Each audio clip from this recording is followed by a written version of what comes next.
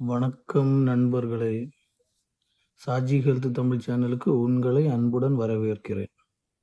இன்னைக்கு நம்ம என்ன பார்க்க போறோம் அப்படின்னா, ஒரு முக்கியமான அ டிசீஸ பத்தி தான் பார்க்க போறோம். என்ன அப்படின்னா, சிறுநீரக கற்கள், அதாவது கிட்னி ஸ்டோனு. திடீர் முதுகுவலி, சிறுநீர் கழிக்கும்போது எரிச்சல், சிறுநீரில் இரத்தம் போன்ற அறிகுறிகளுக்கு கிட்னி ஸ்டோன் காரணமா இருக்கலாம். ஸோ இந்த வீடியோவில் கிட்னி ஸ்டோன் அப்படின்னா என்னன்னு பார்ப்போம். இது ஏன் உருவாகிறது அப்படின்னு பார்ப்போம். அறிகுறிகள் என்னென்ன அப்படின்னு பார்ப்போம். இதுக்கேற்ற சிகிச்சை முறைகள், அறுவை சிகிச்சை தேவைப்படுமா படாதா அதை பற்றி பார்ப்போம். உணவு முறைகள் என்னென்ன எடுத்துக்கொள்ளலாம், என்னென்ன உணவு முறைகளை தவிர்க்கலாம், தடுப்பு வழிகள், இது போன்றவற்றை இந்த வீடியோவில் பார்ப்போம். வாங்க வீடியோக்குள்ளே போகலாம். வீடியோவை முழுமையாக பாருங்கள், அப்போ தான் உங்களுக்கு முழுமையான தகவல்கள் கிடைக்கும். சிறுநீரகம் என்றால் என்ன? சிறுநீரகம் அதாவது கிட்னி அப்படின்னு சொல்லுவோம். உடலின் இரத்தத்தை சுத்தப்படுத்துகிற ஒரு முக்கிய உறுப்பை தான் சிறுநீரகம் அப்படின்ட்டு சொல்கிறோம். இந்த சிறுநீரகத்துக்கு வேலைகள் என்னென்ன அப்படின்னு பார்த்தீங்கன்னா, கழிவுகளை வெளியேற்றுறது, நீர் சமநிலையை பராமரிக்கிறது, அதாவது உடலில் உள்ள நீர் சமநிலையை பராமரிக்கிறது, இரத்த அழுத்தத்தை கட்டுப்பாட்டுக்குள்ளே வைக்கிறது, தாதுக்கள் சமநிலை, அதாவது உடம்பில் உள்ள தாதுக்களை சமநிலையை வைக்கிறது. மனிதனுக்கு 2 சிறுநீரகங்கள் இருக்கு, அதாவது ஒரு மனிதனுக்கு 2 சிறுநீரகங்கள் கிட்னி இருக்கு. கிட்னி ஸ்டோன் அப்படின்னா என்ன? கிட்னி ஸ்டோன் அப்படின்னா சிறுநீரில் உள்ள தாதுக்கள் மற்றும் உப்புக்கள் சேர்ந்து கடினமான கல் போன்ற அமைப்பாக மாறுவது தான் கிட்னி ஸ்டோன் அப்படின்னு சொல்றோம். அதாவது சிறுநீரக கற்கள் அப்படின்னு சொல்றோம். இது மணல் துகள் அளவு சில மில்லிமீட்டர், சில நேரங்களில் பெரிய அளவாக கூட இருக்கலாம். இந்த கற்கள் எப்படி இருக்கும் அப்படின்னா, மணல் துகள் அளவு கூட தான் இருக்கும். அப்புறம் பார்த்தீங்க அப்படின்னா, சில மில்லிமீட்டர் அளவுலையும் இருக்கும். சில நேரங்களில் இது பெரிய அளவில் காணப்படலாம். இந்த கிட்னி ஸ்டோனு சில வகைகள் இருக்கு. என்ன அப்படின்னு பார்த்தீங்க அப்படின்னா, கால்சியம் ஸ்டோன்ஸ். இந்த கால்சியம் ஸ்டோன்ஸ் தான் அதிகமாக காணப்படுற ஒரு வகை.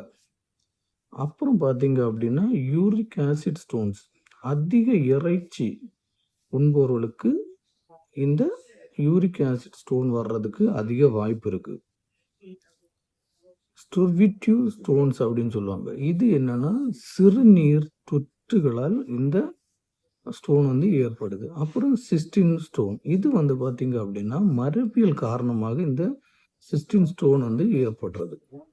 ஸோ 4 இருக்கு: calcium stone, uric acid stone, struvite stone, cystine stone.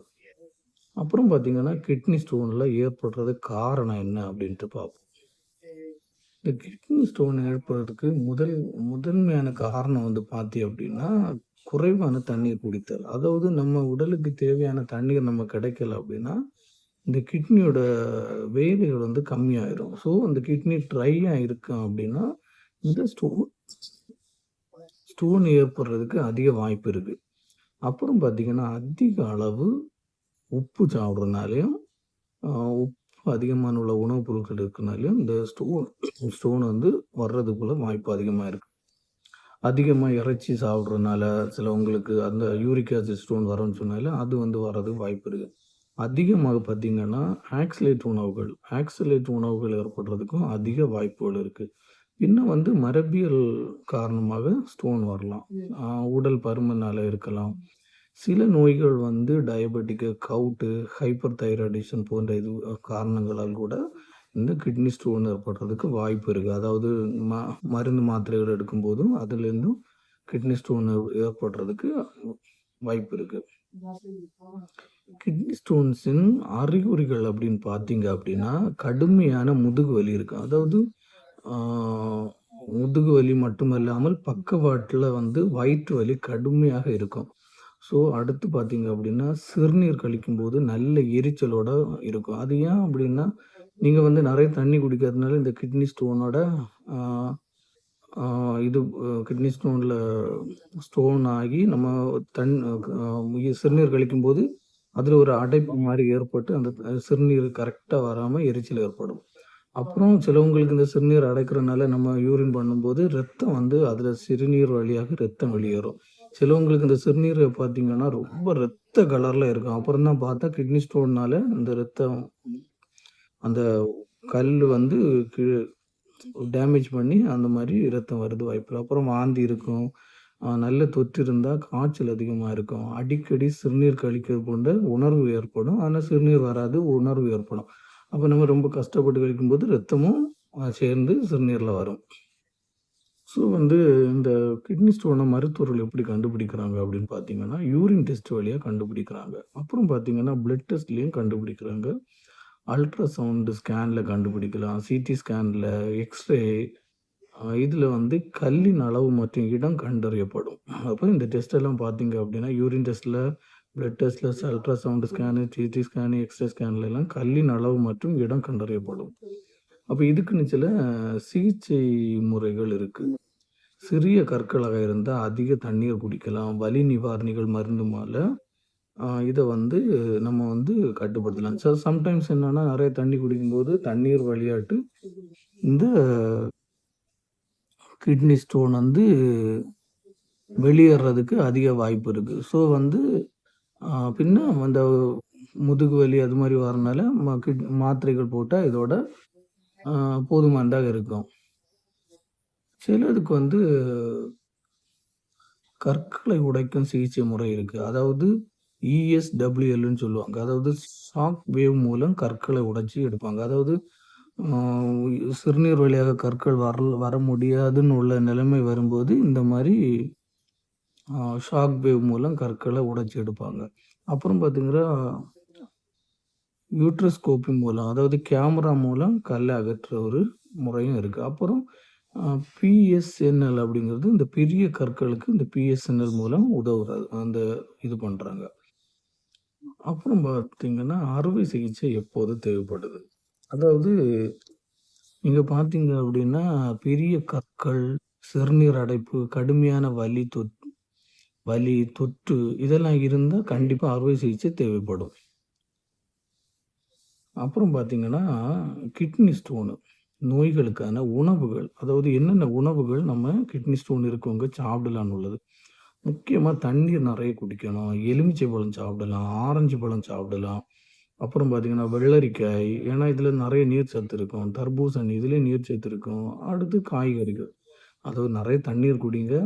அதாவது நமக்கு உடலுக்கு தேவையான தண்ணீர் இருக்கும். அந்த தண்ணீர் எவ்வளோ வேணும்னு பார்த்துட்டு அதை வந்து நீங்கள் அதிகமாக குடிங்க.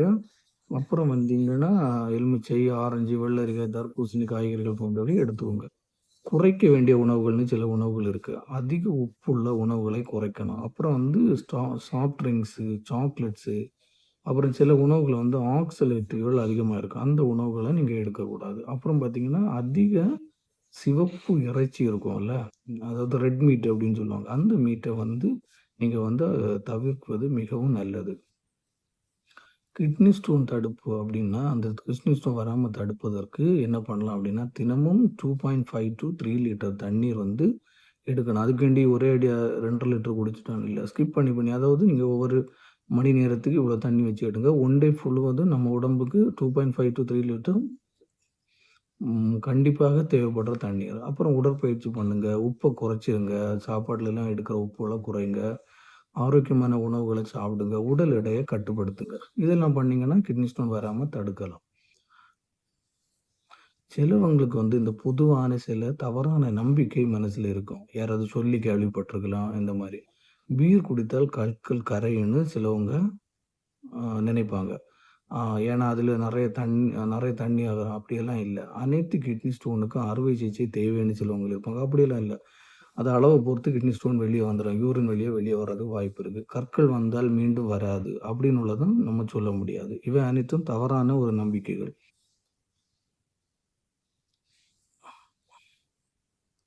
அப்புறம் சிலங்களுக்கு என்ன தோணும் அப்படின்னா, கிட்னி ஸ்டோனு குணமாயிருமா அப்படின்னா, குணமாகும். அப்புறம் என்ன சிலவங்க கேட்பாங்க, சரிதான் குணமாயிடுச்சுல்ல மீண்டும் வருமான்னு கேட்டால் கண்டிப்பாக வரும், தடுக்க முடியும்.